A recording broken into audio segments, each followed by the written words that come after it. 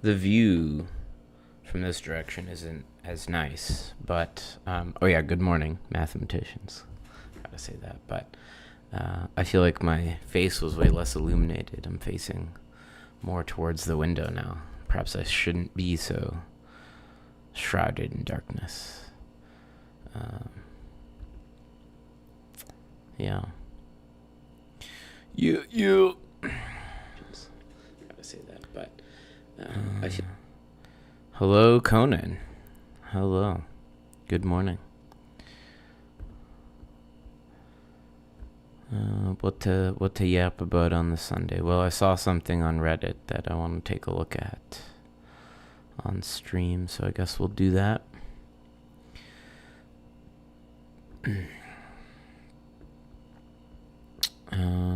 Yeah.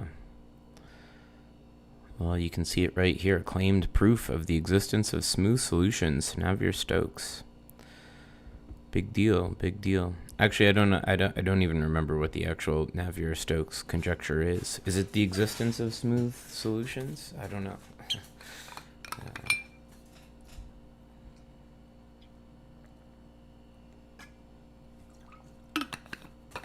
Still parsing through the test myself since it's a bit out of my field, but I want to share this with everyone. The author has many papers in well-respected journals, specialize in PDEs. Bit worried since he doesn't even reference Tao's paper on blow-up for the average version or non-uniqueness of weak solutions. Still looking to see how he evades those examples. Interesting. Number theory again? I'm not sure I totally understand the question. I think about number theory every day, though, and I will probably yap about it. July 24th. Okay, yeah, a couple days ago.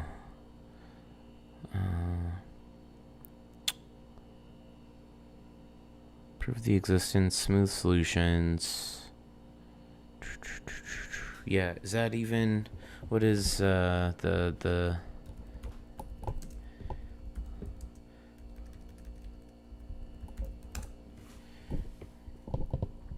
What is the Millennium Prize problem asking specifically? That's what I want to know.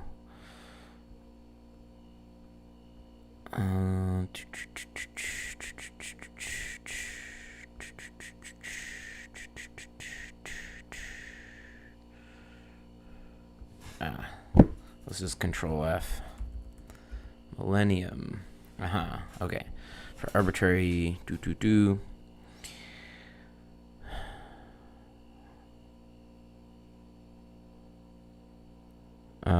solution to the Clay Millennium problem refers to incompressible fluids where rho is constant, and neither does it deal with uniqueness.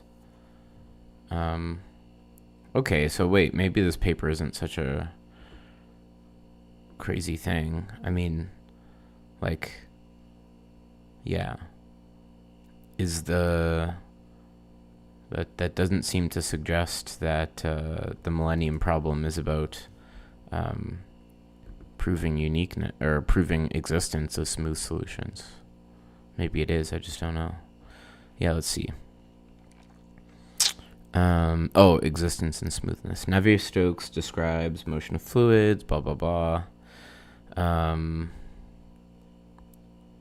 Have not yet proven smooth solutions always exist.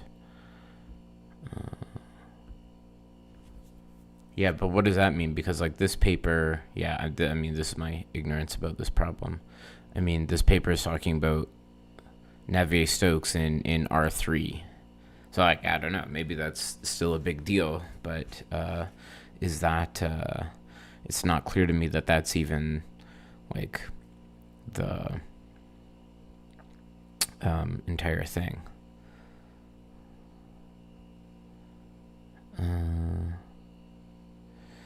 There are prize problems solved by Japanese, but the mathers haven't approved the papers. Oh, I think you're talking about the controversy with the ABC conjecture. Yeah.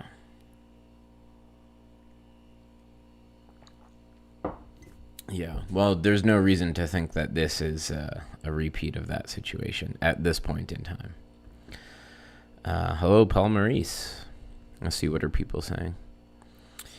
Many years ago, there's a thread about which would be the next Millennium Prize problem to fall, and someone said probably Navier-Stokes. Whenever someone claims to solve it, it takes them a few days to prove them wrong and not 5 minutes. Interesting. Yeah,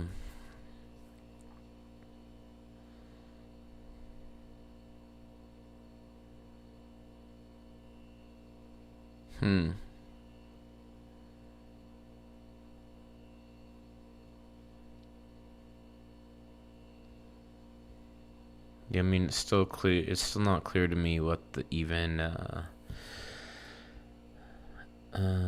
Okay, here's a comment. He is sweeping under the rug how he extends his local solutions for all times. I think there's known classical, the smooth solution exists locally in time.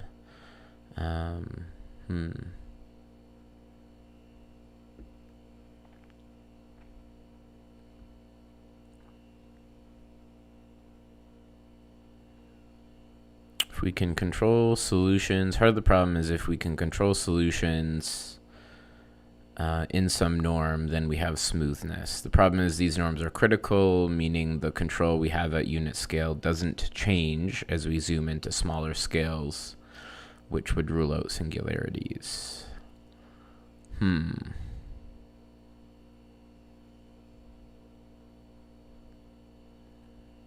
I would expect that a proof of the problem would address this issue, which I'm not sure if the paper does, if at all. If all it does is rely on standard techniques, interestingly. That's true, Maurice. It's not getting solved easy. But, I mean, who knows? Maybe there's... So, okay, it's still not clear to me that this is, is what's done in this paper... would this satisfy the criterion of the Millennium Prize problem? I'm not even sure.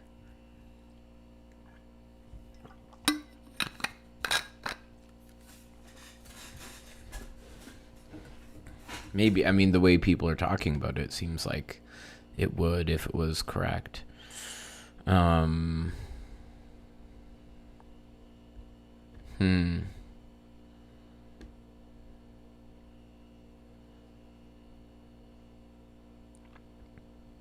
Interesting. This person's got PDE take, so they can't be wrong. Should be closer to geometrization conjecture. Well, I don't know what you mean by that. Interesting. Yeah, he has estimates on strong norms. They just do not seem to be true.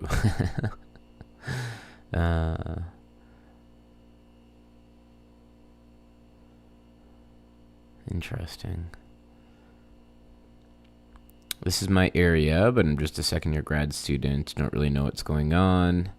However, the author has been critiqued by multiple mathematicians in the past. Ooh, drama is heating up. Maybe this is the new ABC conjecture. Won't count on Reddit though. Yeah. Well, I mean, I don't know. There's very serious professional mathematicians that hang out here, so there's also people who say stuff that have no idea what they're talking about. It is crazy how, I mean, to be fair, I'm sure if you look back in my Reddit history, you'll see me confidently talking confidently about things I didn't really know anything about. But I feel like I have a lot of interactions with younger people online that just say things about, oh, math is like this or math is like that, and I'm like, you have no idea what you're talking about. Yeah. Interesting. I'd be somewhat surprised if the paper is correct. The crux of it seems to be writing Navier-Stokes as a limit of linear elastodynamics equations, which I don't know what that means, but Classical, well-known fact. Paper spends much of the time. Which is really the biggest question. Interesting. Yeah, it's starting to not look good. You were on Reddit once but decided to quit due to toxicity. Oh, I'm sorry to hear. I haven't found it to be too toxic. But, well, I mean, the whole internet. I mean, where are you going to go on the internet that people aren't toxic? Maybe Mass Stack Exchange.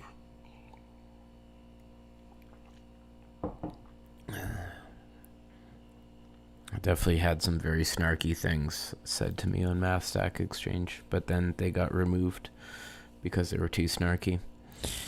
Yeah.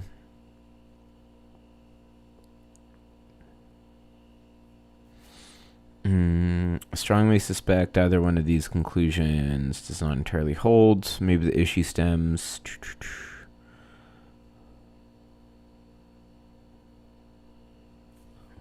What is this?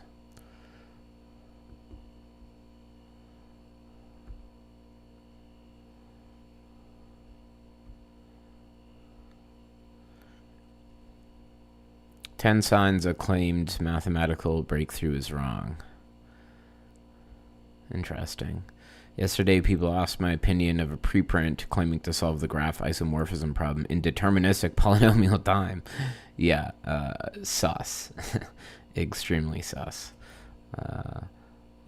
If I read all such papers, yeah,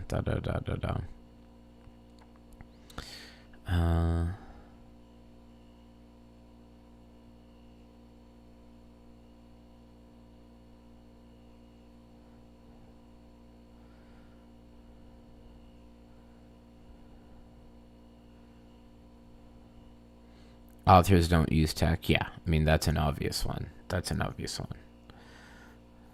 Things are true if and only if they're in tech. Authors don't understand the question. Yeah, of course. The approach seems to yield something much stronger and maybe even false. Yeah. Approach conflicts with a known impossibility result. The authors themselves switch to weasel words by the end. The abstract says, "We show the problem is in P, but the conclusion contains phrases like seems like." Right. Yeah. Paper jumps into technicalities without presenting a new idea. Yeah. That's certainly part of it.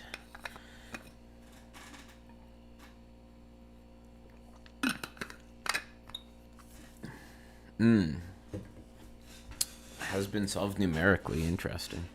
Yeah, this is just so far out of my wheelhouse. I don't know much about it.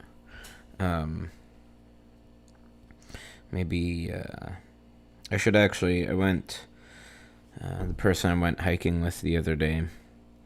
Instead of hosting office hours, he works in differential equations. So I want to send him this.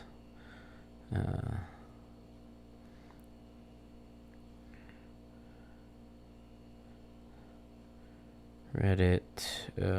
Well, I'll do it later. I'll do it on stream.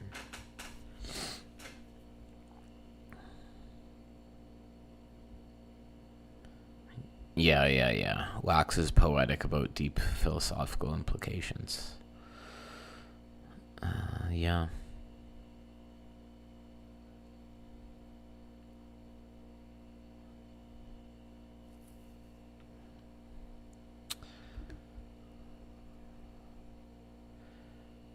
Anyways, yeah, it's not looking good. Ooh. Okay, this is the most damning comment we've seen so far. Again, I mean, okay, we're some random Redditor. To what extent do we trust them? But embarrassing how many of his papers are wrong. Wild.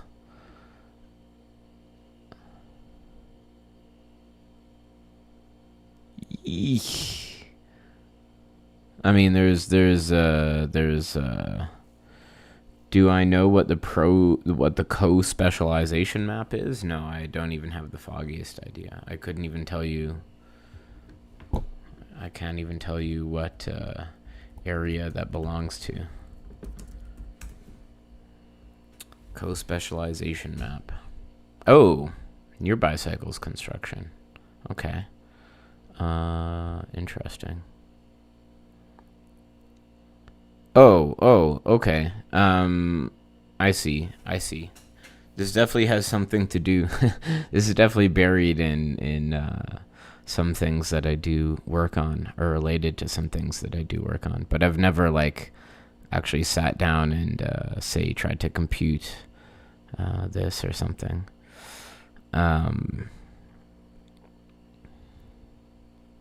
Right, 2 geometric points. Then there's a map.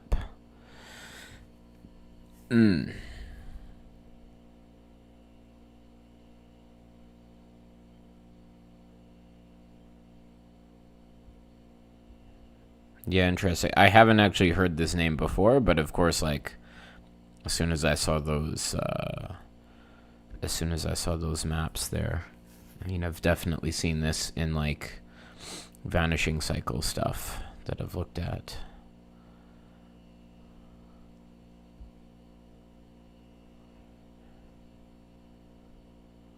But yeah, I can't say I actually understand truly what's going on here.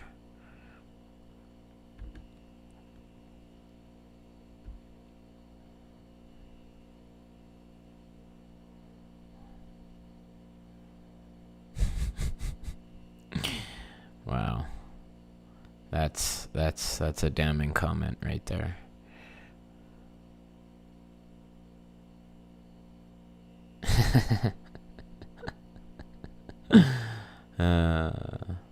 Yeah.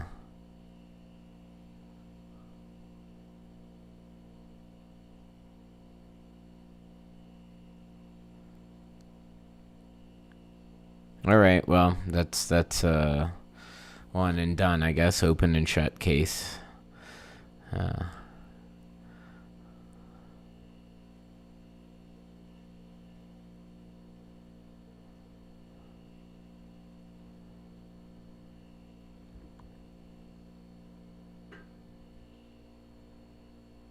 Well, I don't think that's true. I don't think that's true. Also, I don't think it would take too long to figure out if someone had this. I mean, probably if the proof was developed by some government security agency or something, they would do their best to keep it under wraps, but I don't know. There's no way it could stay secret for that long. Do I know proper references to Picard-Lefschetz theory in the modern sense? Can I describe some key parts? No. No. The best I can do is maybe some improper references, just random notes on there's Gorski, McPherson, or is it just by Gorski, the illustrated guide to perverse sheaves, for example. I mean, he definitely talks about some Picard-Lefschetz theory there. Can I tell you the key parts, though? Absolutely not. Absolutely not. I mean, this is definitely something I would like and need to understand better. But, yeah. When can you say a relation, i.e. a subset of a set, is symmetric and transitive? I mean, when... I'm not sure I understand the question. A relation... Yeah, I mean, you can say it's symmetric when you prove it's symmetric, or are you asking just for the definitions of those two things? Yeah, I'm not so sure. I'm not so sure I understand what's being asked. Very hard to find references out of SGA 7. Yeah, I mean, I think for the actual technical proofs of these things. Oh, just the definition? Yeah, okay, I can tell you the definition. Yeah, I think the actual proofs of the Lefschetz stuff, Picard-Lefschetz theory, I think, yeah, everything I've seen ultimately goes back to SGA. So, yeah. But I think actually for the first time ever recently, I used AI in a non-trivial way, other than just to confirm that students in my class were cheating using AI. I asked it to translate some French papers for me. Not that reading French math is all that difficult, even if you don't know much French, but yeah, I had it translate some parts of papers for me, so I don't know, maybe just use it to help translate those sections of SGA 7. That's what I would do. Okay, yeah, so symmetric, transitive, right. So a relation, right, really a relation on a set. So say we have a set A. A relation, well, there's different ways to write it. So the most formal way to write it is to say that a relation is a subset of the Cartesian product, and so R, and we might write as a shorthand, we might define, say, ABR.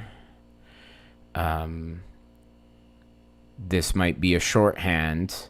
This means that AB is an element of R. So it's a shorthand for this statement. And of course, as you probably know, we might also write A sim B to mean that AB is in R, or A is related to B, which again is just a shorthand for saying AB is in R. Okay, so with some notation out of the way, the relation is symmetric. This simply means that if A and B are elements of A, which are related, then such that A is related to B, then B is related to A. Right, so that's what it means to be symmetric. If it's transitive, then that means if ABC are elements of A, such that A is related to B and B is related to C, then A is related to C.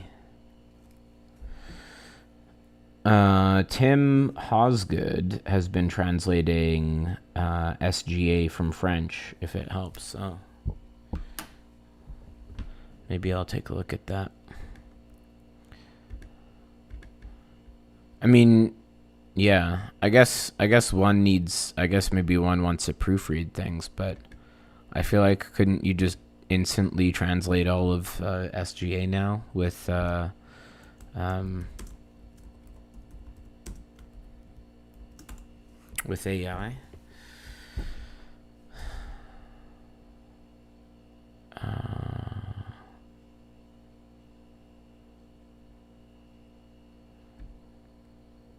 So AA, BB, and CC is just reflexive? Yes, exactly. That's what reflexivity means. Yeah. It means that A is related to A.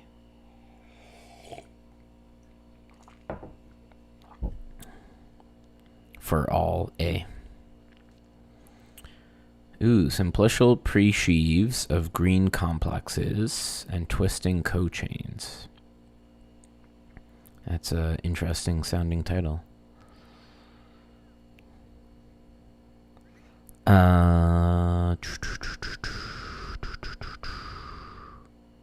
Yeah. Oh, open translations in mathematics. Interesting. Hello, Marcus. So it's not symmetric and transitive? I'm not sure I understand your question. So there's symmetric, there's transitive, and there's reflexive. Which is for all A and A is related to A. And so you can have things that are any combination of these, but not the other. So for example, like, I don't know, say A is the set 1, 2, and then I could just define my relation to just be this, right? So if that's my relation containing this one pair, it just says that 1 is related to 2. So in particular, 1 is not related to 1. So this is not reflexive. It's not symmetric. Is it transitive?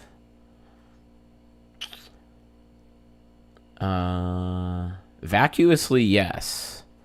This one is transitive. Right? As you just say, 1 is related to 1 and 1 is related to 1. Yeah, you can't even combine these. So it's vacuously true. Yeah. So here's one that's not reflexive, not symmetric, not transitive. But then you could take R. Now if we put in 1, 2, and 2, 1, now this would be, again, it's not reflexive. So neither 1 nor 2 are related to themselves. It is symmetric.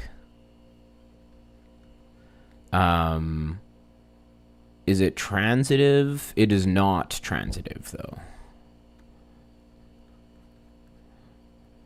Why? Because we have 1, 2, and we have 2, 1, so the transitivity relation says that this would have to force 1 to be related to 1, but it's not.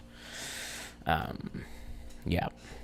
So, I don't know. You can go this way. You can find things that satisfy all of these properties or none of these properties or whatever combination of these properties.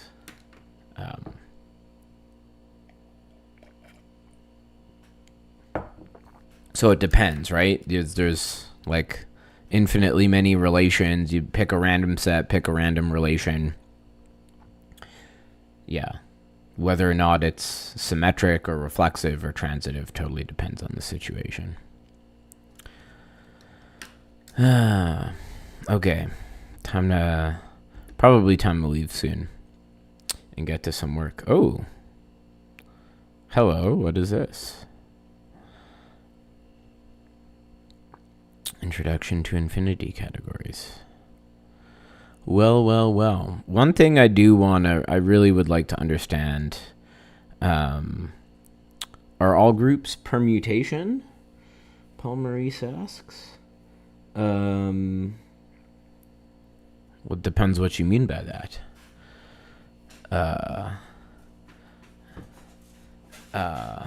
Are all groups permutation? I mean, no. I mean, if you mean are all groups equal to the permutation group? No. Are all groups isomorphic to a permutation group? Well, what do you mean by permutation? Also, like if you just mean the symmetric group on n elements, is definitely not true that all groups are equal or isomorphic. All finite groups all finite groups are subgroups of some symmetric group. There's that. Would all transitive relations on sets of two elements be reflexive by that logic?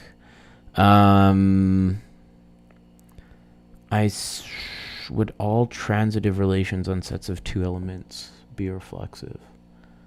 No, right? Because look, this first one, this first example we did here was transitive, but it was not reflexive. So in that definition of symmetric and transitive, there is if-then. That means hypothesis P implies conclusion Q. Yes. So according to police table, I don't know what term was meant there. Maybe you mean the logic table or whatever. What's that called? If hypothesis P is false, whatever the implication is true. Yes, exactly. Yeah, the vacuous case makes everything weird. Logic table, yeah. There was some theorem you saw somewhere which claimed it, but thought it missed finite group as in Cayley's theorem. Not totally understanding what you're saying, Paul Maurice. There was some theorem you saw which claimed it. Yeah.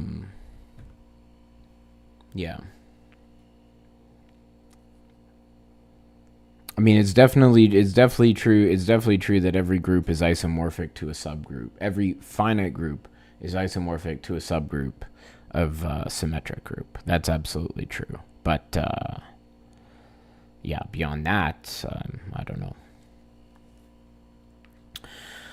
I think that's where we'll end it for today.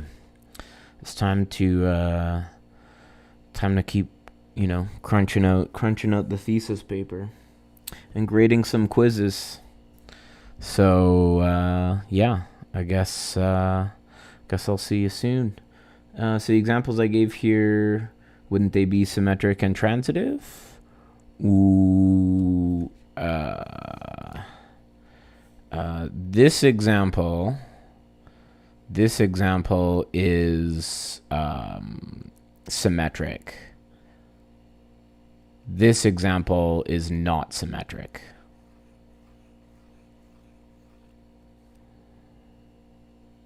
Right? Because this symmetric means symmetric means that if 1 and 2 are related to each other, then 2 and 1 have to be related to each other, but they are not in this example.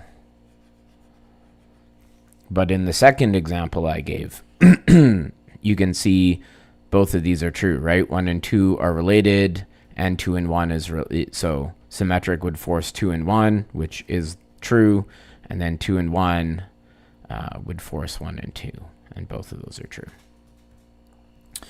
Does not say finite groups. Oh, okay. Yeah, I mean, yeah, I guess this is, right, somehow this is the Yoneda lemma. This is the Yoneda embedding, technically. But I guess, yeah, what does it mean,